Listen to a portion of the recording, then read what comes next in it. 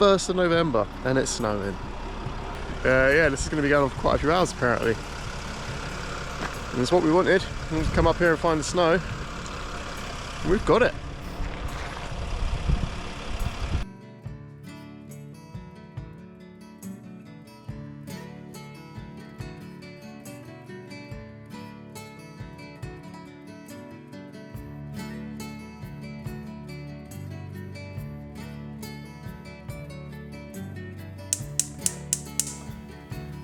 So we were in the campgrounds and whereabouts? Is that what it's called?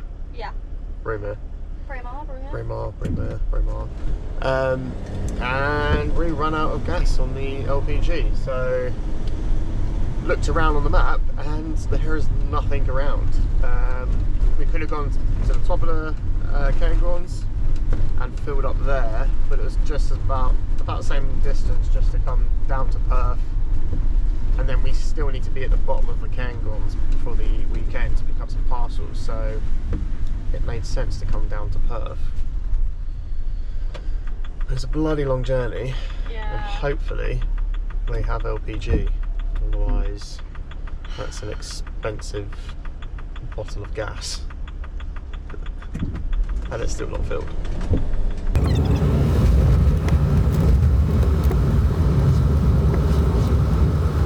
Is it that thing on the left there? LPG. Yay! Yay! LPG. Are you happy? Don't get your hopes up yet. Why?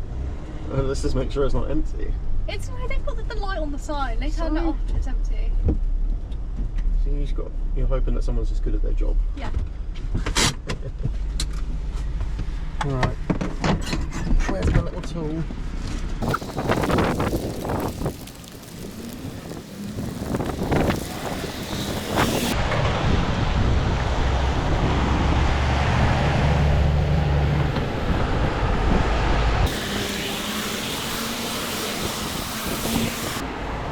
Why do these pumps always take forever?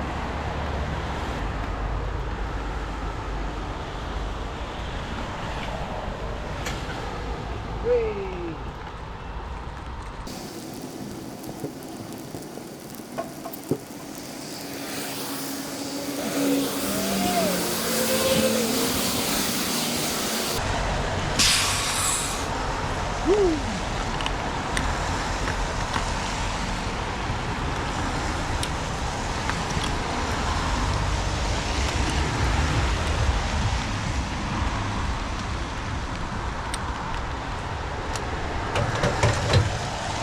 A little tip, because obviously this gets really cold, when you try to take it back out, it is rock solid. So use the gun just to give it a few little turns and you should get it out. Woo! She's cold. 14 quid for a full tank, and that'll last us 2.5 months, 3 months. Think about that, yeah. Right, you can probably hear a very loud charger going on at the moment, and that's actually our 240 charger for the batteries. And that's because we're on a campsite. Our DC to DC seems to have packed up. Now I have a 60 amp DC to DC battery charger from Renogy. And up here on my little control panel, I've got a little DC switch here, which is for the D-. I don't have it going to the ignition. I have it on a switch just so I can control it myself. I usually switch it off like 5 minutes before we get to a park up, and in the morning let the vehicle battery charge for 5 minutes and then switch it on. I know it's got a function inside it which basically does that, but I'd rather do it myself. And it was a lot easier than wiring it up to the ignition. I did not want to mess about with those cables behind there. Yeah, no thanks. But yeah, it seems to have packed up. It kind of does this thing where it kind of sounds like it's going to power up and then it doesn't. I've got the green light, there's no red light. Don't know what's wrong with it. Got in touch with Renogy and they just seem to have said, we'll give you a refund. So they're not even interested in trying to help me solve it or send me a replacement. It's just, nah, give you a refund. But we don't even know if we've got a refund yet. We're waiting to hear back from them. They've basically put us over to the technician department You alright, mate?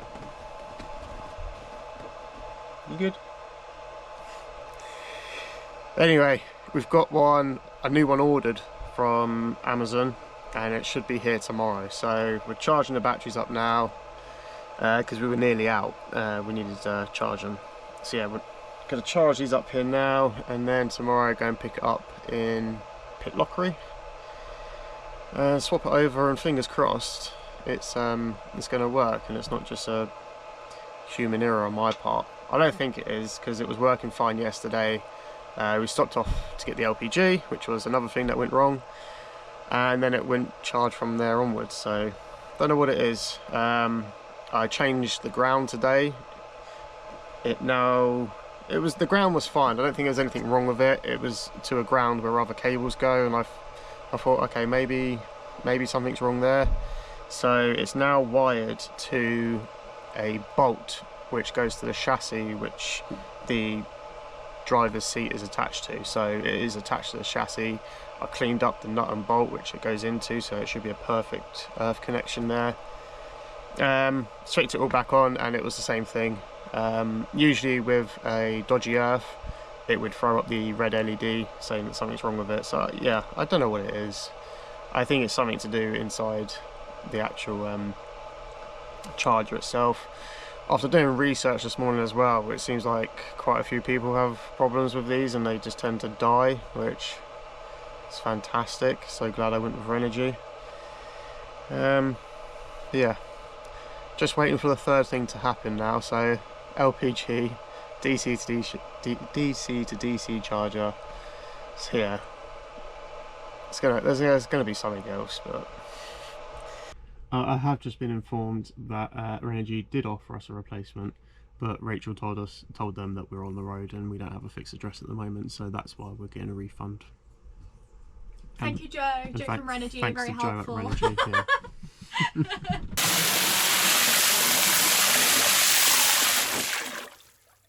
Well, it's happened.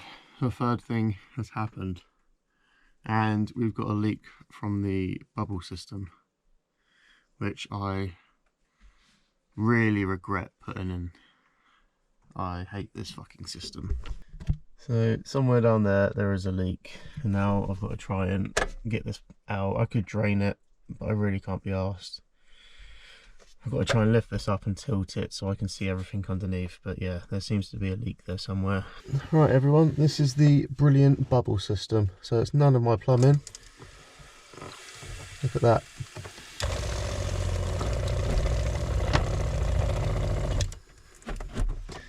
That is pissing out the radiator, which the diesel heater, the hot air passes through. And yeah, quality stuff this. Do not buy a bubble system. I don't even care if they come after me for saying that. All of their parts have leaked, and I have evidence of everything. Right, here's the piece of shit heat exchanger. It was leaking between these two, and I can't separate it or anything like that. It's one whole system. So I've just messaged Bubble, telling them they need to send me a replacement. And for anybody wondering, that is a 20 psi pump. So I don't think it's because there's too much pressure going around it, because that is what Bubble suggests using. Yeah, I don't know what to do now. I somehow need to link this back up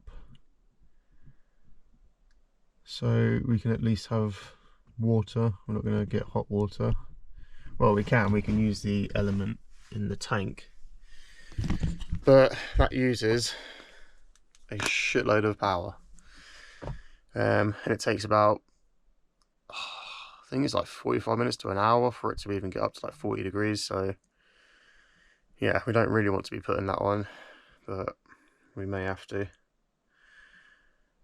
And of course we don't have a DC to DC, but we are picking it up today. So I used to have like an LPG like hot water tank, and I took it out thinking, oh, we'll put this system in because, you know, we can use the diesel heater to heat up the water, and worst case scenario, it's got a heating element in it, and we don't have to worry about ducting out the gas from the boiler.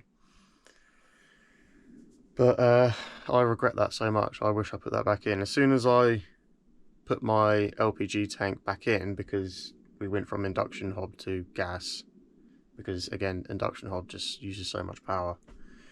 I regret listening to people saying, oh, LPG's going, LPG's going. It's not going. And if it does go, there's still a demand out there for it, and someone would pick it up.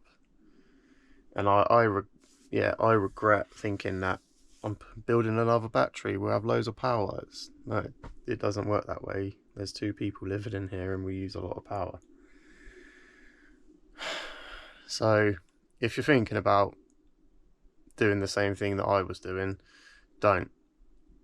Get an LPG tank, keep it in your vehicle, get an LPG boiler, and don't get an induction hob. Yeah, it's annoying. And I know, like, people don't want gas bottles in their vans, I get that. You can obviously pay out and get an underslung one to be safe. But to be honest, get an LPG bottle, build a nice container around it, put a carbon monoxide detector right next to it, and you're safe. Oh, fuck. This has really put a downer on my day. Just look at it. It's not what I wanted.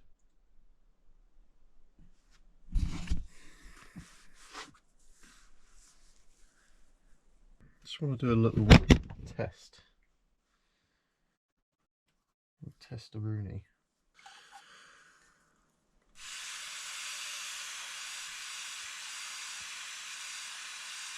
I could play that like a fucking bagpipe. That shouldn't, yeah, with my finger on that end, I shouldn't be able to blow air through like that. That is well and truly rotten.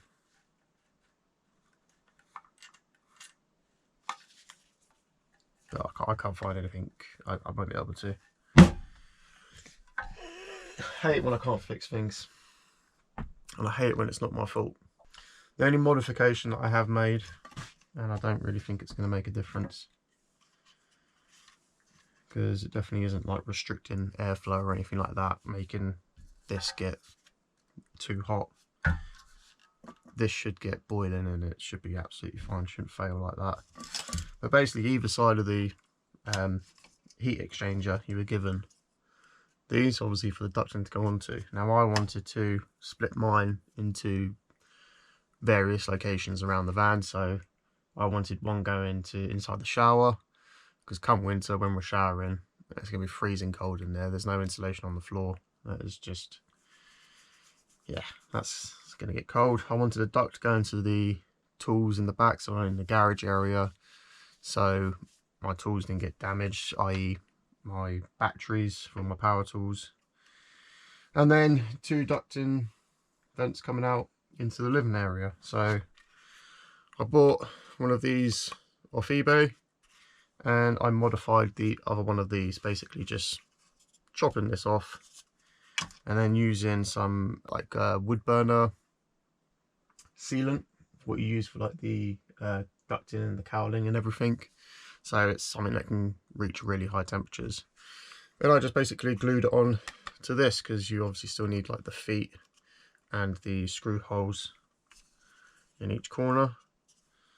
So yeah, obviously the hot air just comes out through here, still comes out through these ducts, so I don't feel like that is to blame. I don't see why that would affect anything. Yeah, let's see what Mr. Bobble has to say. So another thing that I've just noticed is I still need a diesel heater, obviously, so I think what I'm going to have to do is just pop these together. Yeah, I'll have to get some nut and bolts out the back. Just stick these together, leave this out. You know, I do love van life. Like, I generally do. I love this lifestyle. And sometimes when things go wrong, I've just got to remind myself, well, if you lived in a house, you could have a power cut. If they're doing works out in the street, they might cut your gas off. They might cut your water off. And you just have to deal with it. So when shit like this happens, I do just have to remind myself that. Right, Rachel's just come back and we've put the system back on. And once again, another bubble system part is leaking, which is this like little cut-off valve. You see the drips down there? It's slow, but for fuck's sake. Cheap, shitty parts. All of my T-joints and everything like that, I had to go to plumber's merchants and buy all new ones. And I showed them bubble systems part, and he was like, that's just cheap. That is just cheap metal, cheap forged metal. And yeah, I bought new parts which were very expensive, but I have no leaks from those parts whatsoever.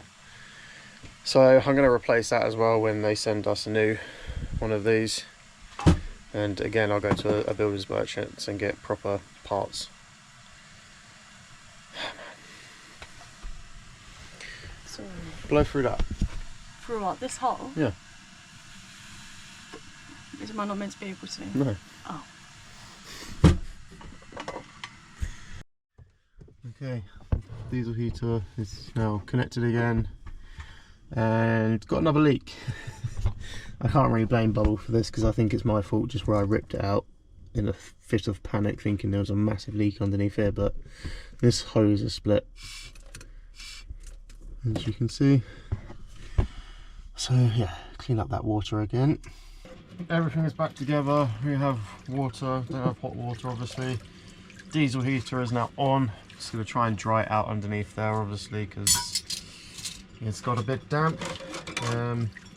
I'm just doing the washing up. Dogs are eating, and then we're going to go and pick up our parcels from the town. Probably quickly pull over somewhere and connect the DC to DC because we're going to do about a 45-minute journey heading towards Glencoe, and obviously we want a bit of a charge from DC to DC. Right, washing up is all done, van is packed away. I had a like the windscreen wash warning light come up on the dash yesterday, but that seems to have gone now. But we have a coolant light come up now, so yeah, I think I've got some in the back. In fact, I'm pretty sure. Would you mind popping the bonnet, love? Well done. Right, I think before we go head off, I'm going to quickly go and grab that bottle and top it up because we don't want any more disasters going on. So yeah, definitely kind of come prepared on the road. So I brought loads of oil and coolant with us for when this sort of things happens. Am I going to splash it everywhere? Nope.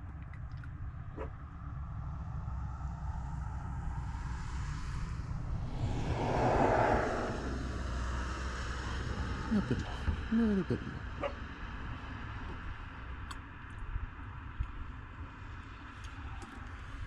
That'll do. No warning light. Yay. If you're wondering why I have a T, it's because the vehicle used to have a tacho and I ripped it out and now I don't have any mileage. So yeah, for the past like 4 MOTs they've never been able to put down a mileage of the vehicle, and I don't even know what it is.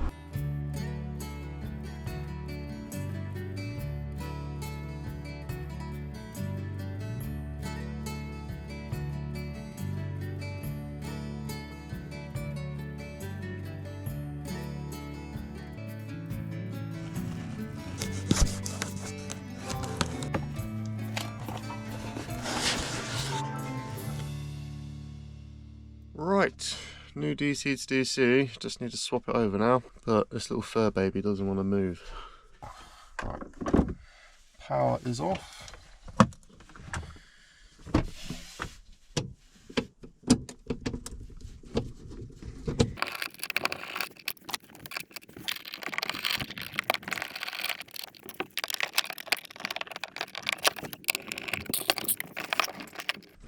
did I get a screw up there?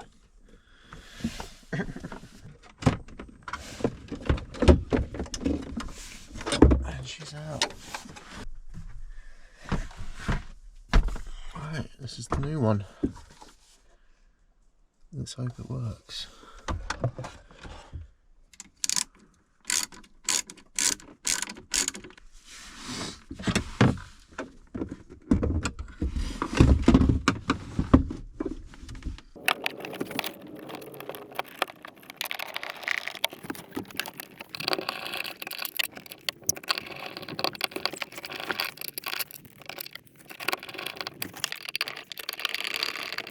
That's now in, so hopefully in theory it should just work.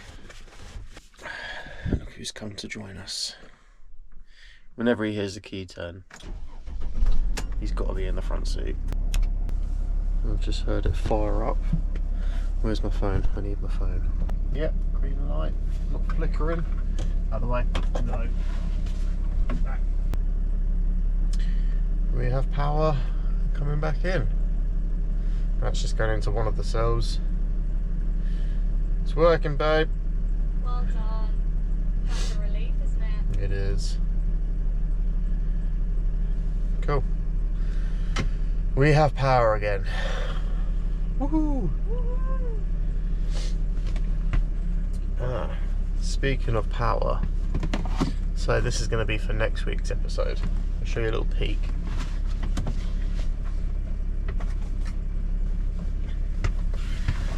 Picked up some other parcels while we were passing through the town, and this is one of them.